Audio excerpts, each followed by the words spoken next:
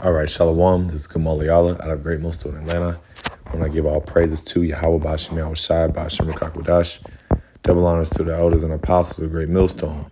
Shalom to all the Akim that are pushing out this truth and sincerity. All right, it's a quick lesson, and this is going to be entitled, Having Money Does Not Make You a Good Person. All right, and this is something that I've noticed among Jake, all right, which Jake are you Israelites, you so-called Negroes, Latinos, and Native Americans. We say Jake for short, all right, which is a nickname for Jacob, short for Jacob, all right. So that's one thing that I've seen amongst Jake, which is they'll say, but I got money though, they'll say. Or they use money as an excuse, as a reason to be a bad person, or as an how do I say, as an excuse to be a shitty person. All right, like that's always their automatic defense. Well, I got more money than you. Or in the instance where in recent news, you had this rapper, Young Thug, he's basically caught up in a federal case, but people are basically coming to his defense and saying, that, oh, he got money, Basically, he's helped a lot of people. He's helped people, become entrepreneurs, and so money doesn't make you a good person. That's the point that I'm making. Having money doesn't make you a good person. What makes you a good person is your character. All right, your character. Keeping the Most High, YAHAWASHI, keeping the Lord's laws. To the best of your ability, following after righteousness. That's what makes you a good person. All right. So I'll go into it. This is Proverbs 11:4. It says, riches profit not in the day of wrath, but righteousness delivereth from death. So this scripture explains it all. All right. Riches profit not in the day of death, in the day of wrath. So, like I said, riches, your possessions, okay, it's not gonna matter, okay, when all hell's breaking loose, okay. First of all, the dollar is gonna be done away with.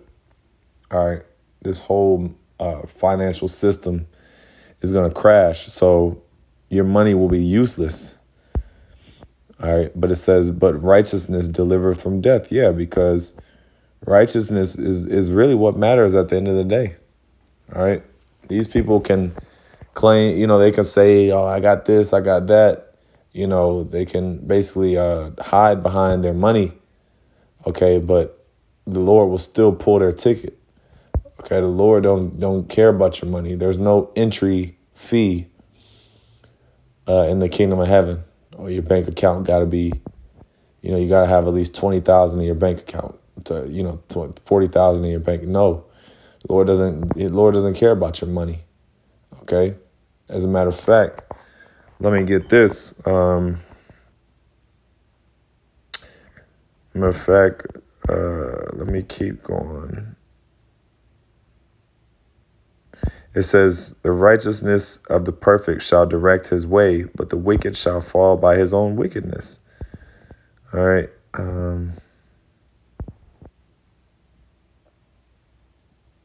Well, that was pretty much it on that.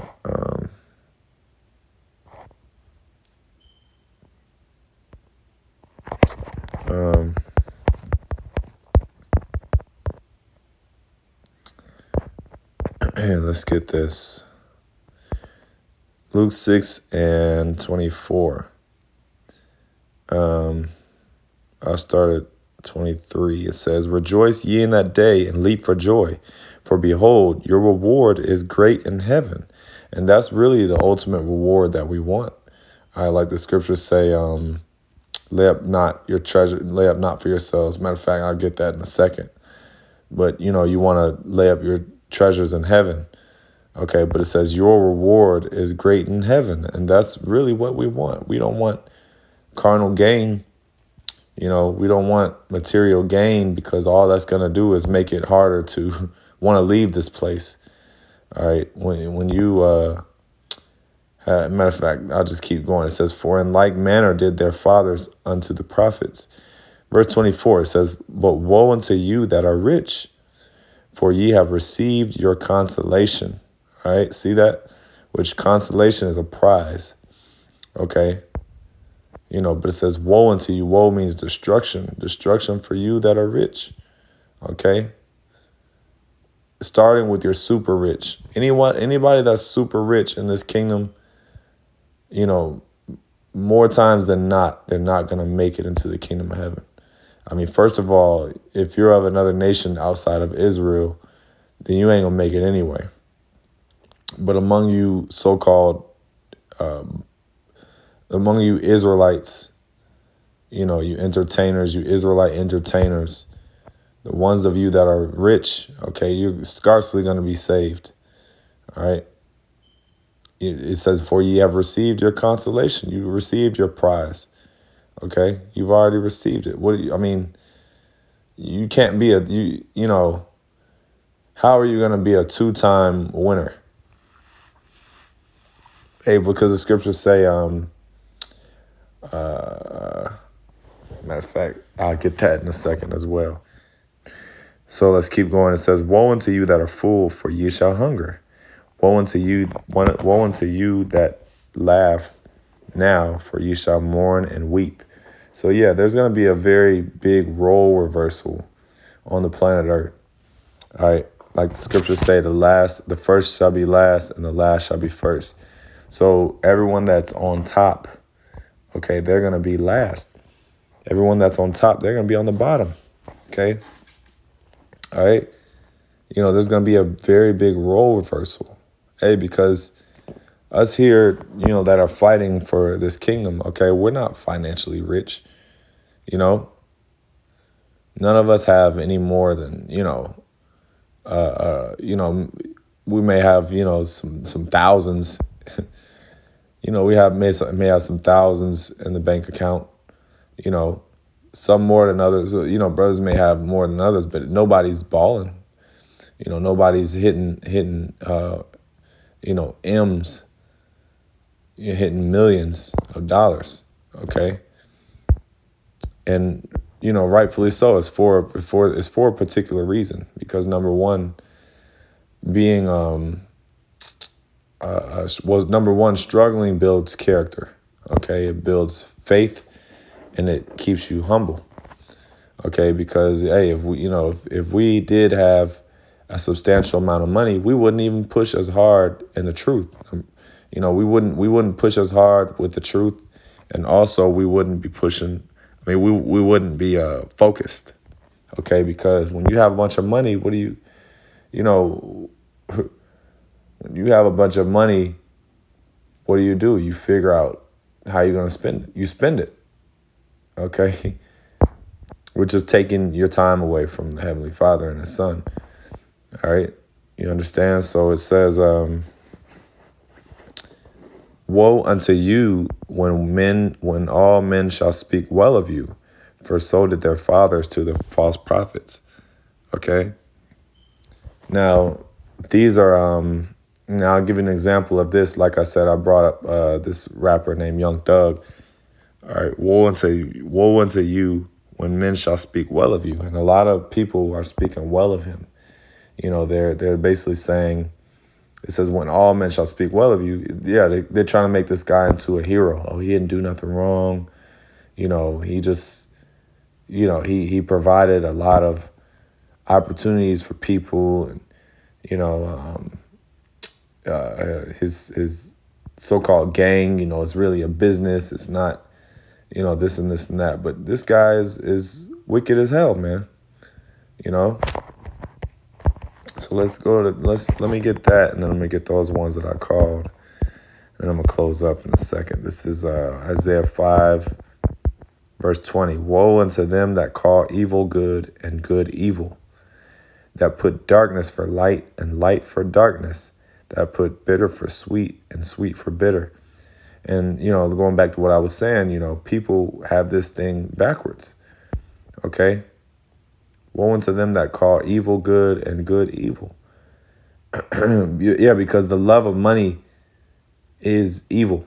It says it's the root of all evil. The love of money is the root of all evil.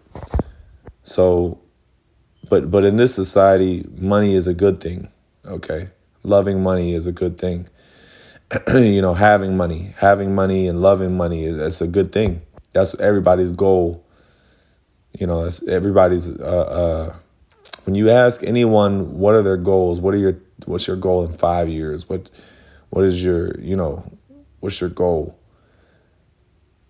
In some way, form or fashion, it's going to include making more money. All right. So, maybe they say, all right, well, I want to have my own house, or, I want to have this, or what have, all these things that they say they want to do. It's going to require money, So, like I said, this is just a backwards society. All right. So, from there, what did I call? It was, bear with me one moment. As a matter of fact, let's get that. Oh, you know what? I remember, I get this. 1 Timothy 6:10, for the love of money is the root of all evil, which while some coveted after, they have erred from the faith and pierced themselves through with many sorrows. Yeah, so the love of money is the root of all evil. And even among men that know and understand the truth, money can be a stumbling block. Okay, love of money, so that's why you can't put all your heart into this place. As Micah 2:10, this is not our rest. Okay, so we can't get too comfortable and want to be the next top, want to get on Shark Tank and make a deal with Mark Cuban, for $1 million. No, that's not our job. We were sent, YAHAWASHI sent us here as prophets, okay, to preach his word. As he said, preach instant, in season, and out of season. Okay, so, we weren't sent here to be entrepreneurs and, executives. So, from there,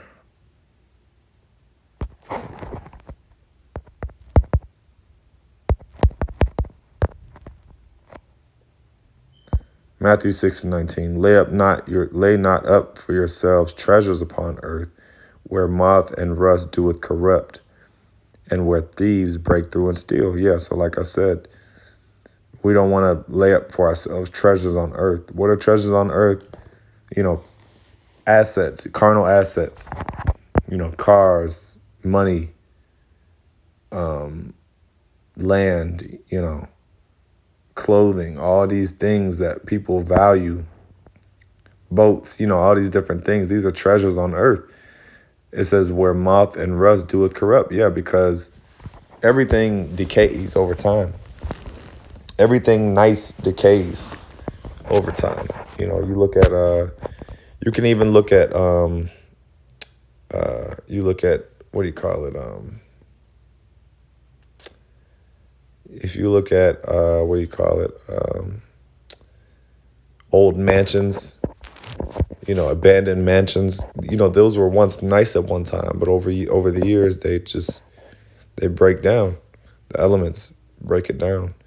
It says, but lay up for yourself treasures in heaven, where neither moth nor rust doeth corrupt, and where thieves break through and steal. For where your treasure is, there will also your heart be. So that's really the point. Okay, your mind has to be on the treasure. You got to keep your mind on the kingdom minded, and not lay up for yourselves treasures on earth, because riches do not, and they cannot save you. Riches does not make you a good person. So anyway, with that, I'm going to end off by giving all praises to Yahawah, Bashim, El Shai, Bashim, Kakodash. Double honors to the elders and apostles of Great Millstone. Shalom.